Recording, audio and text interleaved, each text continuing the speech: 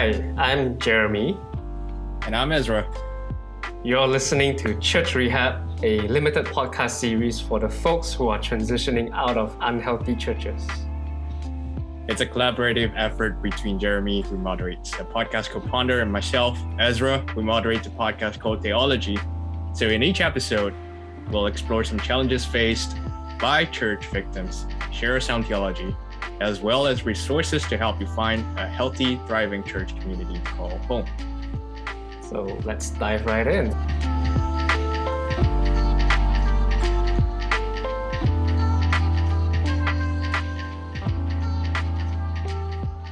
So, Ezra, you and I know that in recent years, some of the more aggressive and prominent churches that have cropped up are churches with a low emphasis on theology and churches that preach what I would call a leadership gospel. We touched on this a little bit earlier, but I think it's worth diving into this deeper because I find that I've noticed it. A lot of people have noticed it, but there's no words being put to it when it comes to talking about this issue because it's so subtle. So I'm going to give a brief explanation on what these churches look like, and maybe you can jump in with your thoughts and observations as well. So I'm calling it leadership gospel. And if you are listening to this and you have not heard this before, I want to be credited for coining this term because none of the big shot theologians have written about it yet. And I just so happen to be the layman who came up with it. So copyright. When I talk about leadership gospel, I meant an unhealthy emphasis on leadership in church. These churches would preach on Sundays about leadership for weeks on end, taking leadership examples from Moses, Joshua, and Jesus, and turning the goal of ministry into leading ministries. And this sort of drive for leadership usually manifests itself in the way they operate on Sundays as well. Everything needs to be perfect. The sound, the lighting, the smoke machine, the worship band, everything runs like a well-oiled machine for 5 services every Sunday. And if you sit in during their sermons, you will likely hear inspiring and encouraging messages about influencing our workplaces through good interpersonal skills, declaring our destiny to be rulers of the earth, and dealing with delays in our job or ministry promotion. Basically, practical steps to living our best lives now. And just an example, I've also heard some of these churches, every time the new year come around, they will have Vision Sunday. And then the first thing that will come out of the mouth of the pastors will be, you're hearing our Vision Sunday sermon. And the Bible says, where there is no vision, the people suffers. And then you'll hear this over and over again every year.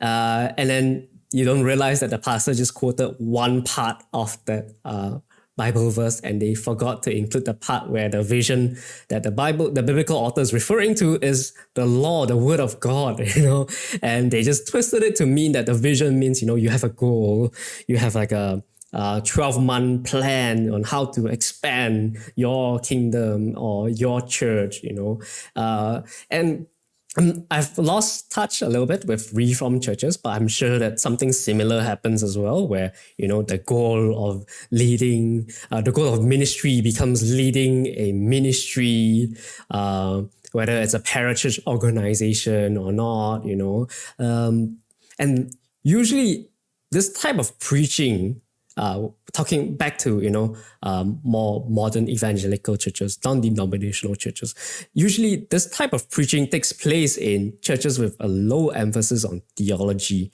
And when I say low emphasis, I mean churches that skirt around their doctrines and beliefs for the sake of remaining seeker-friendly, or they'll say like, we just love Jesus and you don't need a perfect theology to be a Jesus follower. Perhaps one of the more baffling retorts to questions about theology that I've personally heard is, Jesus Christ is perfect theology. And they're all about experience and atmosphere and singing for hours and having a good time, and they're rarely studying the Bible. So as a theologian on his way to earning his master's, I want to hear your thoughts on leadership gospel, and churches that don't talk about theology. How would you classify them? Do you think they're still considered churches, or they're cultish, or what would you say? I'm trying not to laugh so hard at that part where you just mentioned about Jesus Christ is perfect theology. I think that comes from Bill Johnson of Bethel. I'm sorry for naming out that particular person, but he's well known for that. So in my defense, I would say that. But again, wow, I would say, do they consider themselves churches? Let's talk about leadership gospel, for instance. What biblical theology of leadership suggests that one has to humble themselves, meaning to say that your positions don't matter, your credibilities don't matter, your qualifications don't matter. Yes, I mean your theological qualifications do matter in this sense, because you need to teach people, and of course you need to be formatted spiritually. When am I using that? So I would say you need to be shaped for the purpose of ministry, and this is where the whole idea of character formation, spiritual formation comes into place. So in seminaries, you'll be taught with these things. You'll be equipped with these things compared to other people out there. If you ask me personally, what distinguishes a person with such a good ground of theology without going to seminary with a person who goes to seminary? The person who goes to seminary has a proper ethos in conducting themselves theologically, compared to the person with all the book knowledge. And so going back to the idea, why am I talking about these things? And biblical theology of leadership, you can never, your only vision, your only mission, your only goal is for the glory of God and to enjoy Him alone. As the Westminster Catechism points it really well. And you're basically, as a Christian, you're called to deny your rights to a lot of things that, whatever the world says you need to. And your whole contentment, your whole heart is for the worship and the glory of God and the enjoyment of God alone, and not anything else. I mean, you can still have your favorite pastimes. You can still have your favorite food, but do they shape who you are? No. Do your positions shape who you are? Not at all. But why do you have all these things? Why do some people have a better career, so-called better career, or why some people have a higher position in certain parts of the marketplace or in the ministry? Is because that is where God has assigned who they are, and who am I to go against that? My call is, if I'm under them, I need to submit to them, and there's nothing wrong with submission. But say if you're not in that position, then what does that tell you? You still have to be faithful to the task that God has given to you. I mean, who am I? Just because somebody else is better than I am, and therefore he's blessed to be up there. And who am I to tell you that you need to be up there? If that is where God wants you to be, that is where God wants you to be. Again, theologically speaking, Jesus, gospel context, Jesus came, even though he comes from the line of kings of Israel.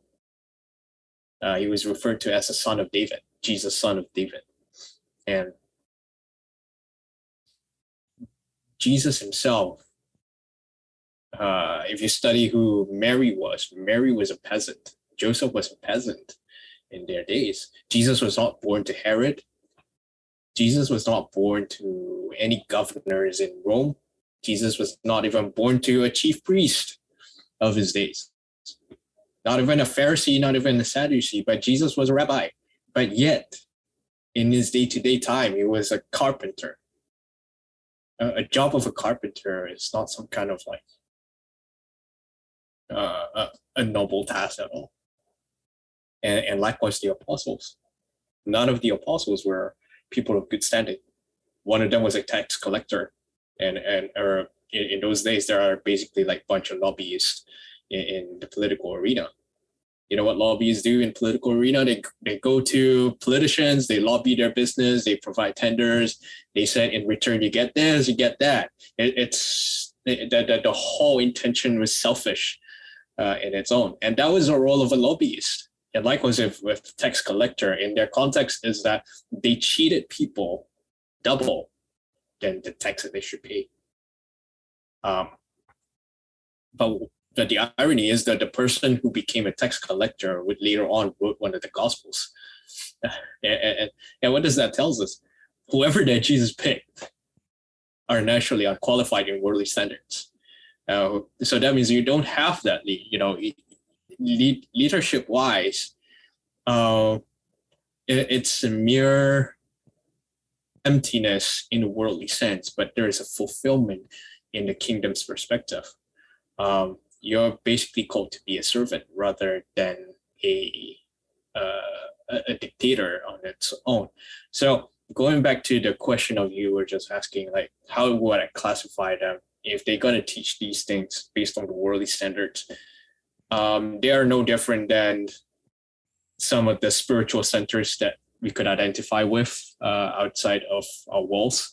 I know that there are quite a lot of spiritual teachers who, have been teaching all these things. I know there are quite a lot of leadership coaches who have been teaching the same thing. So I don't think they are a church. I don't think they are churches either. I see them more as a leadership center. I see them as a center for, some kind of a spiritual enlightenment in a Buddhist context.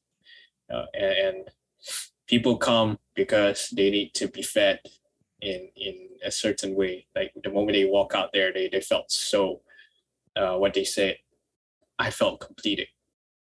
I felt fulfilled. I felt whole out of the blue. And then it empowered them in some ways. But the problem is, it doesn't teach you the true gospel. And you won't have that satisfaction at all. I always remember what I read on Twitter one time.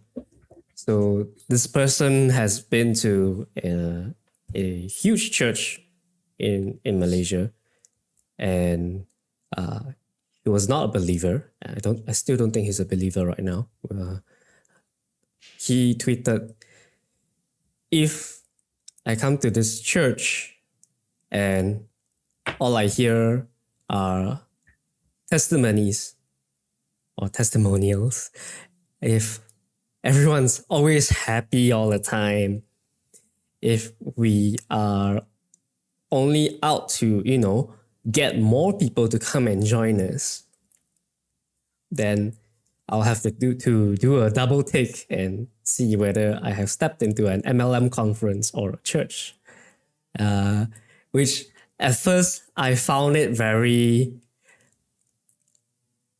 aggressive to say something like that, passive aggressive, because maybe I was in that environment where I am also thinking about how to bring more people to come to my church, where I know that going to church means, to be happy, to rejoice, and to meet with my friends and to just sit down and hear amazing stories of what God has done. And then, the preacher comes up and like you get a wow factor, you get a word from God. But now that I've had time to think about it, years have passed since I read that tweet, I realized that there are truths to that. Think about the way we structure churches these days. It is very preacher-centric, and it is very volunteer-centric as well. We have songs in the beginning. We have dozens and dozens of testimonies of what has happened when a person who goes to our church gets a miraculous breakthrough or something, which is not wrong. I'm not saying that testimonies are wrong, but I'm saying that if it's all you hear when you go to church, and you don't preach the gospel properly, then people might think, oh, maybe I want to be a Christian too, so that I can get all these breakthroughs. And that's not okay. But my point is, if everything in how a church Sunday service agenda is structured leads up all the way to the preacher, and you don't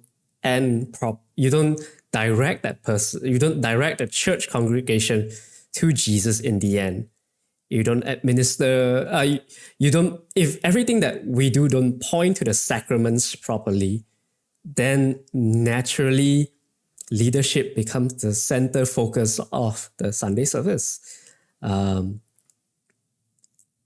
think it becomes a problem when we celebrate leaders so much and we honor people who do the most work as a volunteer or as a staff member in churches, because it gives them incentive to perform more, to do more, so that they get to be honored all the time.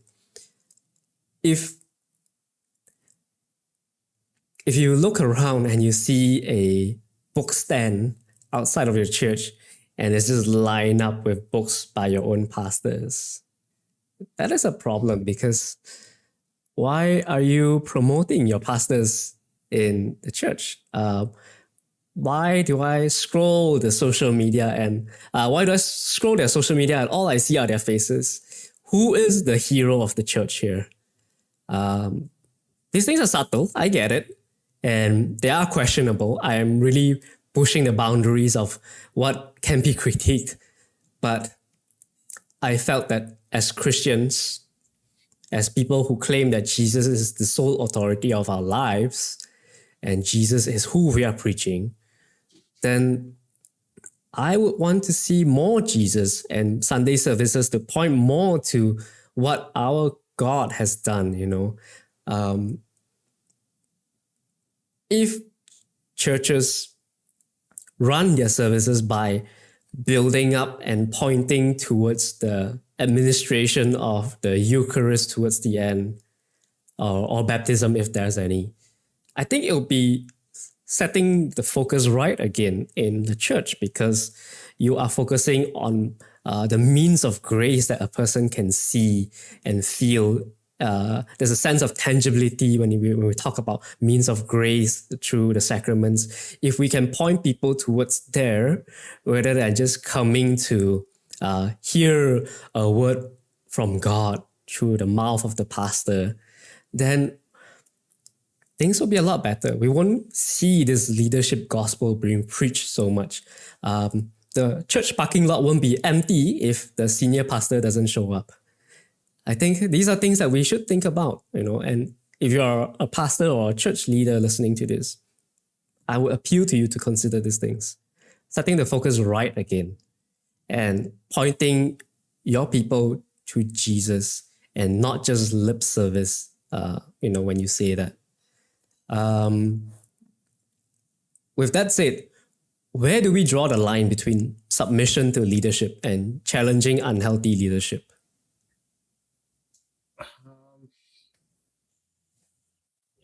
It's a very subtle line. So it may vary between different leadership, but for the church that I'm in, there's a huge structure that we practice is that we conduct almost a monthly or a quality meeting with our members, core members. So there are core members, the elders, and then the deacons coming together. And one of the things that we enjoy doing is that we listen to each other's opinions, but of course exchanging some feedbacks and questions along the way. And this is the time where I would say elders and deacons get criticism, question, or feedbacks or suggestions to do things. And Personally, I enjoy those times is because I felt like that is a space where we in the leadership, we're not doing this on our own. That's one. The second thing is we get to help grow in the church. There's a participation between the leaders and the congregation, and of course, as a leader myself, that being in that kind of church tells me that I'm here to serve and not to be served, the way that Jesus would also put it. And in light of that, I would say challenging unhealthy leadership also takes humility as much as leaders themselves should possess humility. There is a difference between a person who calls out in some kind of a way that aims to intimidate a leader versus you calling out of humility. The person who calls out of intimidation is basically just, you just don't care about the situation. You don't care about the things that you're going to say. You're just going to say it. So sometimes you hurled out insults to your leaders. Sometimes you hurled out bad languages. Sometimes you attack their private lives. There were occasions where my personal life was attacked as a leader myself. I'm not going to name that person, but to me, that is an unhealthy way of challenging your leaders. In fact, you shouldn't do that. When you challenge something, you have a particular topic, a substance that you need to challenge. For instance, war on drugs, for example, you don't attack the dealer, you attack the drugs. You talk about the drugs, you talk about the consequences, you talk about how to not abuse them. You don't go about and throw ad hominems. So ad hominem is part of logical fallacies that people do all the time, where instead of attacking a topic or the substance, they attack the person. For instance, Jeremy's bald, and that itself is offensive. That itself is a type of ad hominems that we always hear. For instance, politics. We attack, when we attack politicians, we often attack their faces, the things that they said. He's nothing else but a big joke or a comedian. That itself is ad hominem, and a lot of people do that in a church. I think that's very unhealthy. You shouldn't. If you want to challenge your leader, this is my call for you. Whenever they raise a thing that you don't agree with, or you felt like it's questionable, stick to that. Don't go elsewhere. Don't go and attack that person, for instance. Oh, I don't like his skin color. I don't like this thing. I don't like that thing. I mean, excuse me, what does that have to do with the topic that was raised? Just to put it in a crude language, don't be stupid. Be smart. When you be smart, pay attention to the details that was raised. Go and address the details, but of course, discuss rather than debating. Discuss rather than disputing. When you discuss, talk nicely. Ask a lot of questions. Be like a journalist. So in journalism, you have 4 W's, 1 H. When, where, how, you know what I'm talking about. When, where, how, what, why.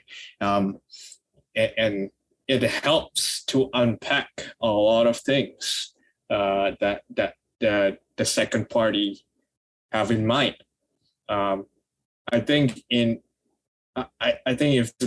one of the things that we should learn is to learn how to question more than providing a conclusion more. I think before you can provide a conclusion, ask a lot of questions.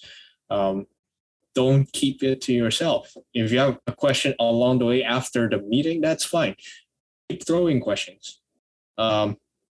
Questions allow people to think. Questions allow people to ponder. Questions allow progression. Leadership cannot progress without being questioned. That's awesome. this ties back into, being the check and balance and having that healthy culture of being able to examine things openly and ask your pastors questions. I've often been told that, honoring your father and your mother doesn't mean saying yes to all the things that they said. Funny enough that it's pastors and, church leaders who have told me things like this. But we don't apply the same thing when it comes to church leadership. Yes, we should submit to our leaders. We should submit to our elders because that's the proper way of, running churches. The members, the sheep submit to the shepherd so that they can, lead properly and have a healthy environment for people to join. But when it comes to unhealthy leadership, it ought to be challenged. Like you said, in an honoring and loving way. When we talk about mindset, I think, again, leaders should know that when people ask questions, they're not attacking them. They are simply asking for elaboration or explanation of how you leaders come to certain conclusions. And as for people who go to church, I would say at the end of the day, it's important to remember that if your leader is not narcissistic, they are trying to serve. I don't want to just be attacking church leaders and pastors, and I'm not trying to at all in our podcast. I'm just merely saying that there are people who are abusing their authority, and there are people who are genuinely trying to serve but have often missed the mark. And with that said, if you're going to a church, whether you think it's healthy or not, just remember that leaders have been put in place to help you to grow. And until you can prove that they're not doing that, you need to be humble and honor them and appreciate that they are also trying to serve God just as you are. But when we talk about people who have been through spiritual abuse by bad churches or unhealthy practices in churches, whether you're a lay leader or you're just an average churchgoer, or if you're listening and you're a pastor, I think the first thing that you should do when you speak to a victim or a potential victim is to acknowledge their story first and tell them that you believe them. There's no reason for them to lie. I think unless we're talking about extreme circumstances of which I won't dive into, but unless you're talking about people who have been known to abuse the victim mindset, you should always operate out of a belief that people come to you and tell you about their abuse experience because it actually happened. So believe them that they have endured something horrific and give them a safe space, and then look into how you can help them to seek justice and resolution. And justice can look like a number of things. It could look like confrontation or speaking up to the authorities or help the victim to relocate. And I'm not necessarily talking about the legal procedures of justice. So with that said, as we draw very close to a close here, what is the number one damage that these churches have caused to the people you have counseled, Ezra? Wow, so far I haven't seen physical damages. That's a good thing. However, I've seen many occasions of traumatization. So it's a lot more of a mental damage rather than physical or spiritual damages. But again, mental damages also leads to spiritual damages. And talking about traumatizations, what happened to people who are traumatized by the church? It affects their relationship. They start isolating themselves from people, or they got triggered. As I said earlier on, there were trigger points. And in groups, they seem to be perceived as introverts, but the truth is they're not introverts. It's just them being very reserved because they just couldn't trust anybody. And of course, there's also an opposite to that where they just express whatever they want to say. And it's because they've been through that hurt, and to them, whenever they cannot be quiet, whenever they see something that has a potential to damage the church. So in light of that, a lot of churches out there, whenever they see these kinds of people, they not to say ostracize, but they tend to avoid them, tend to push them aside rather than helping them to cope with the trauma that they have. So how then do I deal with them? I choose to love them. I choose to understand better of their situation, their causes. I choose to journey with them. I choose to give them assurance. I choose to listen and just pay attention to what they said. And certain things may not necessarily be a gold nugget, but it's worth to hear their thoughts and just sit down with them. And I know quite a number of occasions where you just don't necessarily have to open your mouth, and they are they find themselves on a journey of recovery, and they were able to trust the church. They were able to trust people them after so long. And I think it's not our job to save them, but it is Jesus's job to save them. The same way that Jesus saved us on the cross and he rose again, it's the same thing that Jesus wants to do for them. That's great. I'm reminded of how it was the churches that started the very first hospitals in the world. And when the Black Plague hit the early church days, Christians did not choose to flee from people who were suffering from the Black Plague. Rather, they went out of their way to help these people, to tend to them, to nurse to the people who are about to die from the disease. And yeah, many Christians suffered from the Black Plague eventually. But the point is, we are not just called to, we're called to be a safe space for people. I'm not saying that, people should feel like they belong before they believe, not something like that. But I'm saying that we are called to be relational. We're called to love our neighbors. And if our neighbor has a broken leg, let's say if you walk down the street and you see that your neighbor fell down and broke their ankle, you will be delicate around them. You will help them up slowly and gently and, get them to a safe space where they can receive treatment. We ought to do the same as well with mental injuries, mental traumas. It's not always about you trying to save the world, because frankly, you can't. None of us can.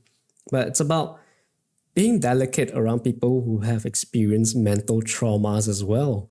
Because frankly, it's a lot harder to recover from mental injuries rather than physical ones. Where should people who have suffered all this trauma go from here? What do you think are good next steps for them, especially when we talk about church hurt? I'm going to sound very unpopular. The first point. Point number one, give them some time. Let them deconstruct their faith. Reconstruct that. Don't tell them what to believe and what not to believe. That's not our job. And again, it's very controversial, but trust me, there is a reassurance of that. The same way that Christ has saved you is going to be the same way that we should put our confidence in him, that he will save that person. I don't think people, I don't buy the whole multi-level marketing idea where, you need to say a particular word and then magic word, poof, that guy's converted. That doesn't happen. And trying to do that to a very intellectual person, they can fight you back. So in light of that, I've seen a lot of people. I've heard stories from people that they may have grew up in a church and then they left that church for some reason, and somewhat they returned to the faith because they did their own research. They had a chat with a lot of people, and then they become a Christian. And I think likewise, a lot of great intellectuals like Bistro Bell, who was born an atheist, grew up atheist, and he just go around trying to dispute Christianity, and yet he became a Christian himself. Nobody told him what to believe.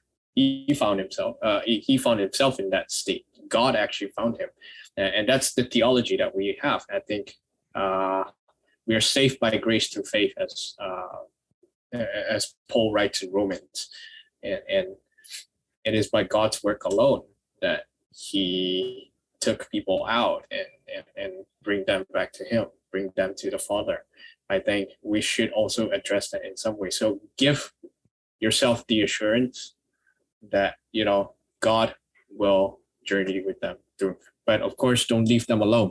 Talk to them. If they have, always come back to them on a weekly basis, just talk about the faith and exchange the things of the faith. And trust me, you don't have to tell them what to believe again, but in that exchange, it's like an open discussion, open forum. You would see the growth of faith in them. The other thing that I also say, if you've been hurt by the church, go visit other churches, take a sabbatical from yours, get out of there if possible. I think I've said this in a previous episode where Jesus commanded the apostles, if the head of the household is Beelzebub, shake the dust off your feet and never come back again. That same word I'm going to tell you here. Third thing, go for counseling, go for a psychiatric therapist. It helps. You will eventually regain yourself in that process. And last but not least, in that midst of you doing that, learn how to exercise personal reflection, learn how to exercise personal contemplation, in the sense that take a journal, write down your day-to-day, write down how you feel on certain things, write down, what do you learn that particular day, and of course, don't run away from community. Talk about it, people that you can trust, and of course, go out there and discover more of the world. Yeah. I think the apostles and the early church fathers also experienced waves of sects, heresies, and false teachers to combat. And to do that, they came up with the creeds, which are essentially statements of faith. And the four prominent ones are the Apostles' Creed, Nicene Creed, Athanasian Creed, and the Chalcedonian Creed. And I'm of the opinion that these creeds are still the golden standard when it comes to evaluating doctrines of the church. So I'll highly recommend our listeners to read and understand these creeds. And if possible, even enroll in a catechism class or a basic doctrines class at a local church. And for the benefit of my, again, charismatic, non-denominational brothers and sisters, catechism is essentially Christianity 101. And why am I saying this? It's because these are often things that we should have as Christians at the forefront of our mind, because we ought to be formed and be shaped by biblical thinking, by Christian worldviews.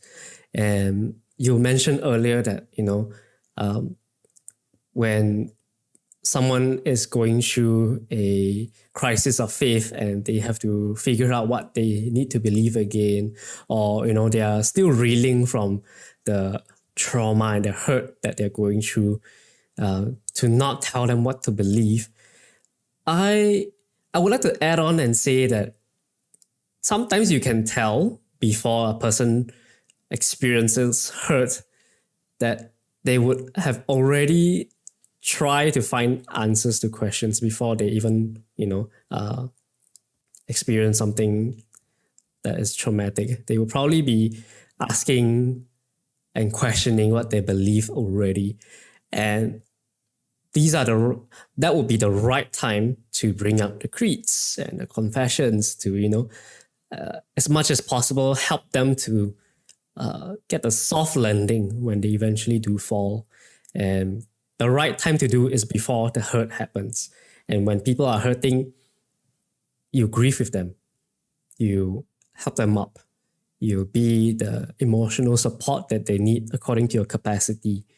But before you witness any more church hurt or trauma happen to people in church with you, you should familiarize yourself with the creeds, your Christianity 101, and as much as possible, you should also catechize the people around you with these things so that when a crisis of faith do happen, they will experience it from a biblical point of view, rather than, just fall flat and blame the church for everything, or, see that Christianity is the enemy of their well-being. Because when you are being shaped by the Christian worldview, you will come to see that, I don't mean to say this in an insensitive way, but suffering has always been part and parcel of Christianity.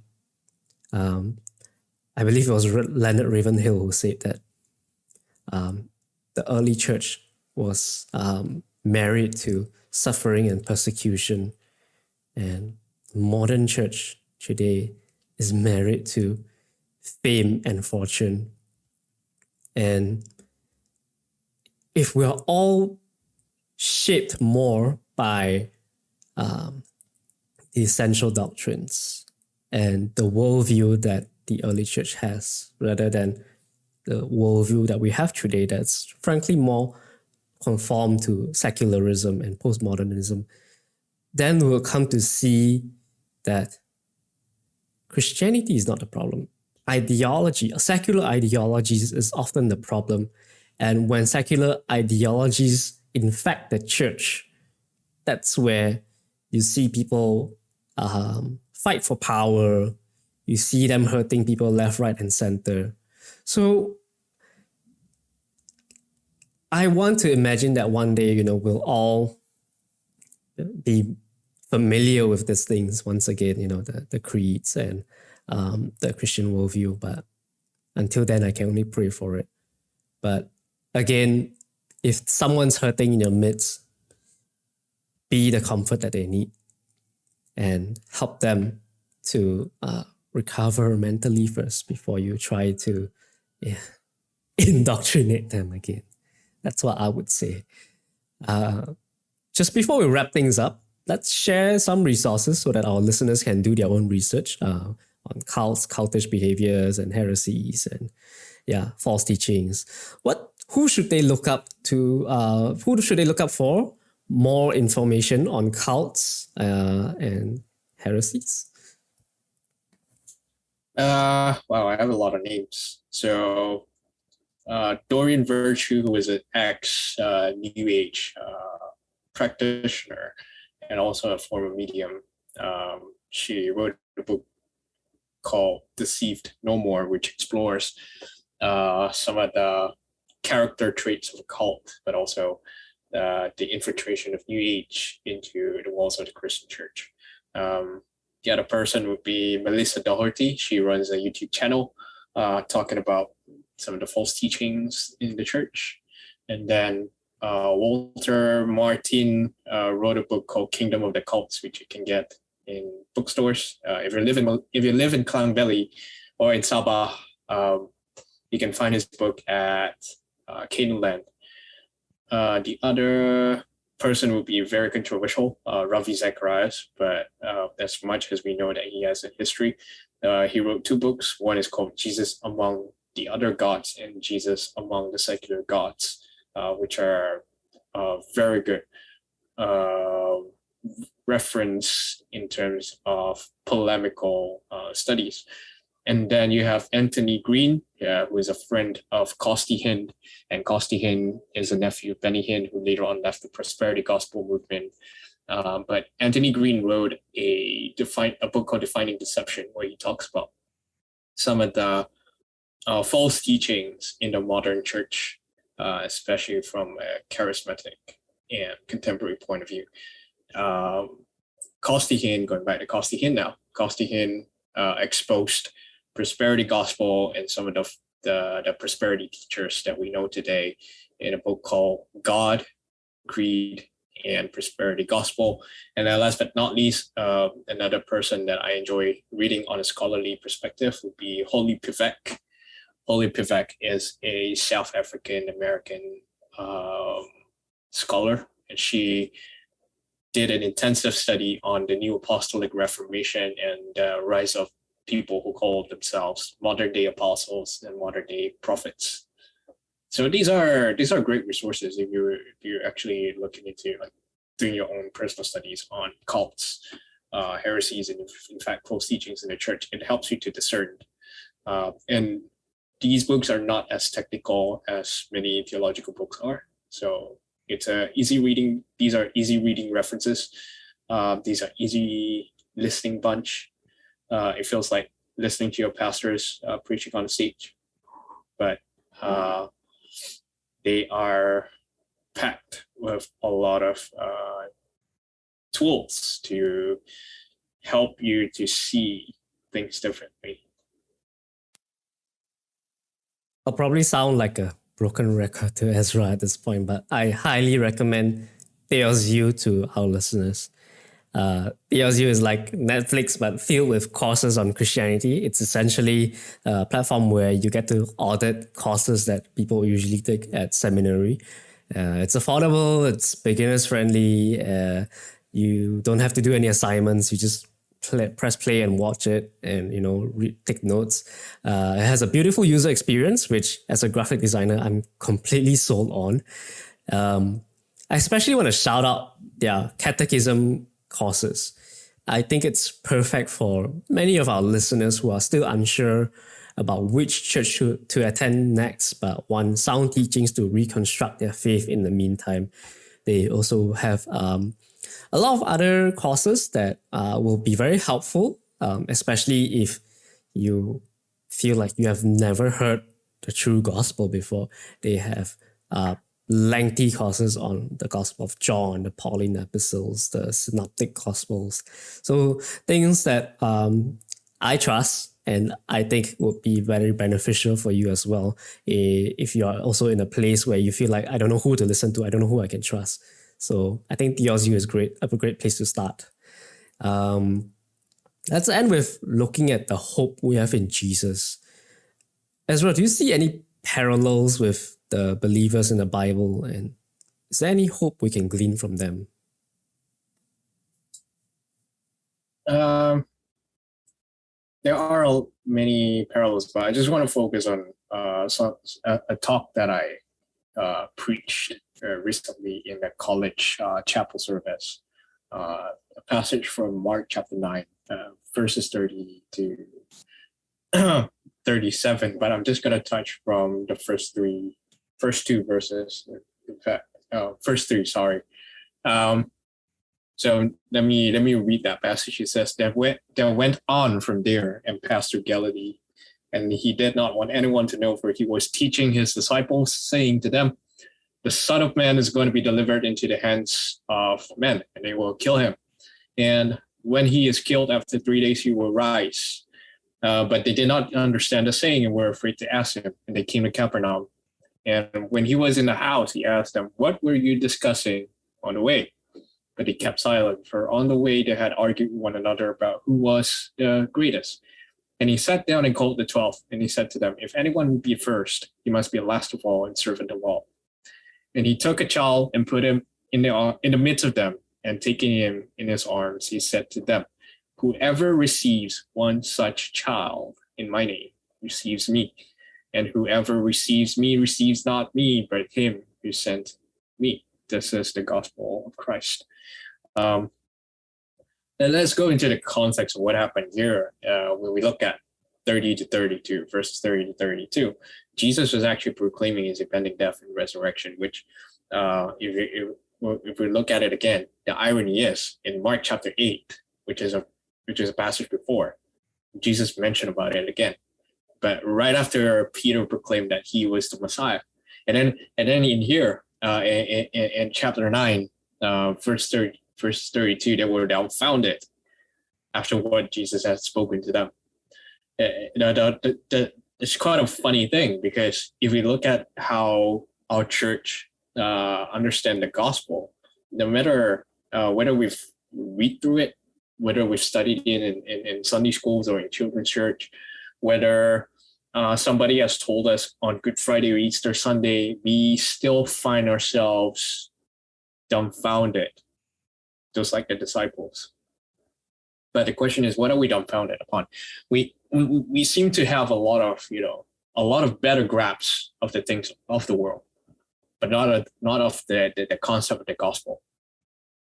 And a lot of people out there, especially believers, unfortunately, they are questioning, what's the significance of these things? What would, Jesus saved me from sin, but what's the point of it?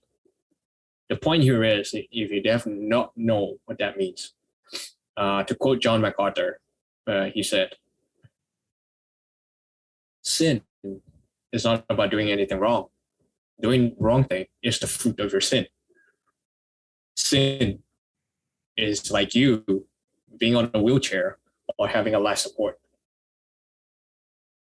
If you could actually picture that now, it's like somebody in a pandemic on a stage 4 COVID-19, being on a life support, just waiting for themselves to die. And that is sin. When that comes in, what does that entail? It entails that we cannot even save ourselves. Only God can. And because of that, Christ came to take that place. But why? Through death and resurrection. Why does he have to die and be resurrected again? It's because sin bounds us. Okay? It ties us to the things of our flesh, to the things that we indulge in. If we have heard the term self-indulgence, you know what that means. To the things that the enemy desires us to be part of. And so Jesus aims to set us free from the cleanse of sin, from the sin itself, from the virus that holds us into, so that we don't need that life support anymore. By what? Because the early days, let's talk about what happened here. Yom Kippur, which was a day of atonement for the Jewish people. If you go to Israel today, they're still celebrating it. During the Day of Atonement, during Yom Kippur, they would sacrifice a lamb. What? Just to and what happened after that? They took out the blood. They sprinkle it on the altar. For what reason? It's a way of saying, because we deserve to die because of what? Because of where we are. We deserve to die. It's part of being on life support. God sustains life, but we have all the viruses, and the viruses are pandemic. The viruses are very contagious, and we need to die. And in order for the viruses not to be contagious, but in order for that, they sprinkle. It's like having a medicine. But if that doesn't, actually sustain, it's not a sustainable route. So what happened after that? Only God came. God became man to become that sustainable atonement, that sustainable price of redemption. That you don't have to sprinkle bullets anymore. You don't have to sacrifice chicken as some ex-shamans, ex-witches who became Christians would say. You don't need to kill chickens anymore. I come from a tribe where on Harvest Festival, to appease the gods out of their anger, we need to kill chickens. And when Christianity came over, we don't have to do that anymore. And that was such a hopeful resemblance. But how does that carries hope to us today? If you've been hurt by the church, Jesus has paid it all. Simple as that. Jesus becomes that sustainable price for you to live hopeful for today. It's not the end of the world for you. It's not the end of everything for you. If you've been hurt by the church, Jesus didn't give up on you. He has not given up on you. People gave up on you. This is what a pastor friend of mine used to say. If somebody hurts you, it's the people that hurt you, not God. God aims to heal you. Thanks for listening to Church Rehab. We hope you found this episode helpful and informative. If you like what you've heard, be sure to hit the subscribe button on YouTube. Follow us on Spotify and Instagram at Teh-O-logy and Ponder Podcast. Take care. God bless.